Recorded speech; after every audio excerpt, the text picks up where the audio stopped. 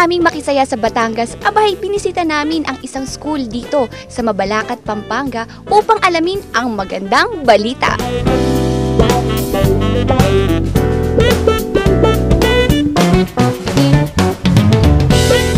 Okay, Jari, andito na nga tayo sa Kalumpang Elementary School pero hindi pa mamasyal o campus tour ang gagawin natin dahil nandito tayo para makita ang kanilang magandang pinagkakabalan at yan nga ang tanim sa kinabukasan. Na naglalayong tulungan ang mga kabataan para magtanim ng gulay at para sila na rin ay matutong kumain ng gulay. And tama ka dyan, Jari, kaya naman samahan nyo kaming silipin kung ano ito.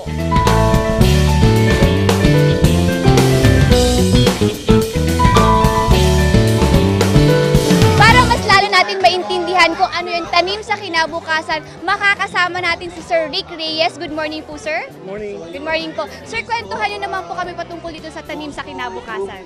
Ang tanim sa kinabukasan ay isang advocacy project ng East West Seed. Na kung saan tinuturuan natin ng mga bata na kung paano magtanim ng gulay sa modern way of growing. Because by teaching them how to grow vegetables, yung mga bata ay matututo rin kumain ng gulay. Tama, sir. So we've been doing this in the past several months now, and we plan to expand it in other schools. In fact, right now we have around 39 schools with similar project nationwide. And next year we're going to expand further as we increase also our partners doing the same project. Para mas maturuan ang mga bata, isang healthy competition ang isinagawa sa mga students na magtanim ng gulay gamit ang butong pinagkakatiwalaan ng bawat magsasaka. At makakasama natin si Jerby, isang estudyante dito sa Kalumpang Elementary School. Ayan, Jerby, matanong ko lang sa'yo, ano ba ang importante sa'yo ng pagtatanim ng gulay? Hilig ko lang po kasing magtanim at naituro na po ito sa school namin. Ano naman ang naitutulong sa'yo ng pagtatanim? Bali po, pag naibebenta po ito, 50 lang po kami ng school namin. Yung iba po sa akin, yung iba sa school po. Ayan, so nakakatulong ito sa baon mo Apo. everyday.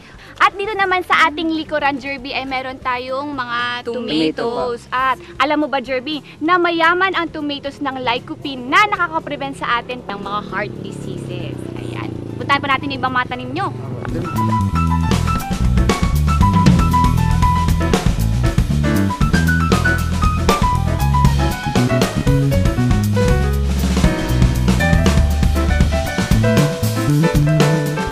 Ate Jerry, Ate Cindy. Ito naman ang bonito, isang variety ng ampalaya. At sa kaliwa ko naman, ang Galaxy. Isa rin siya variety ng ampalaya. Bali, Jerby, ano bang pagkakaiba ng Galaxy at saka Bonito? Ang bonito po ay pabilog na maliit. Oh. Ang Galaxy naman po ay mahaba po siya. Pahaba. Oo nga. Ganun ba yun? Pero alam mo ba, Jerby, na ang ampalaya o bitter gourd ay nakakatulong rin sa mga may sakit na diabetes.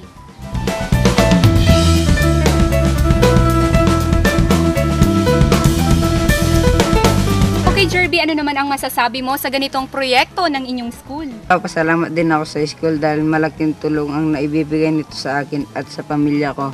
Lalong-lalo na sa kamag-aral ko.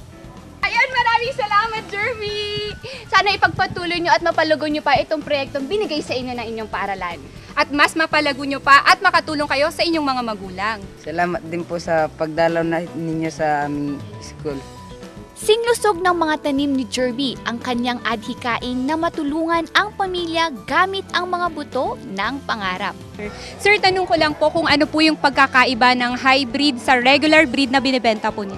Ang pagkakaiba ng hybrid at saka OP varieties, ang mga hybrid seeds ay mas marami ang mamunga, resistant sa mga diseases, at ang mga bunga nila ay halos pare-pareho.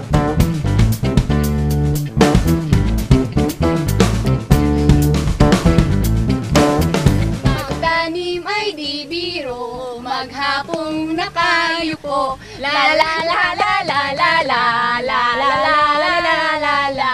Wow, nakakatuwa naman, ang dami mga gulay. Alam mo ba, Jari, naalala ko noon, lagi akong pinapalo ng nanay ko dahil lagi niya sinasabi na pagkakain daw ako ng gulay, hahaba pa ang buhay ko. At syempre, tatangkad pa ako. Well, na-experience ko rin ang mga benefits na yan dahil ayon nga sa pag-aaral, eating vegetables regularly can have many health benefits. At syempre, mayaman din ito sa fiber and minerals and vitamins na nakakatulong para tayo lumakas at maging healthy.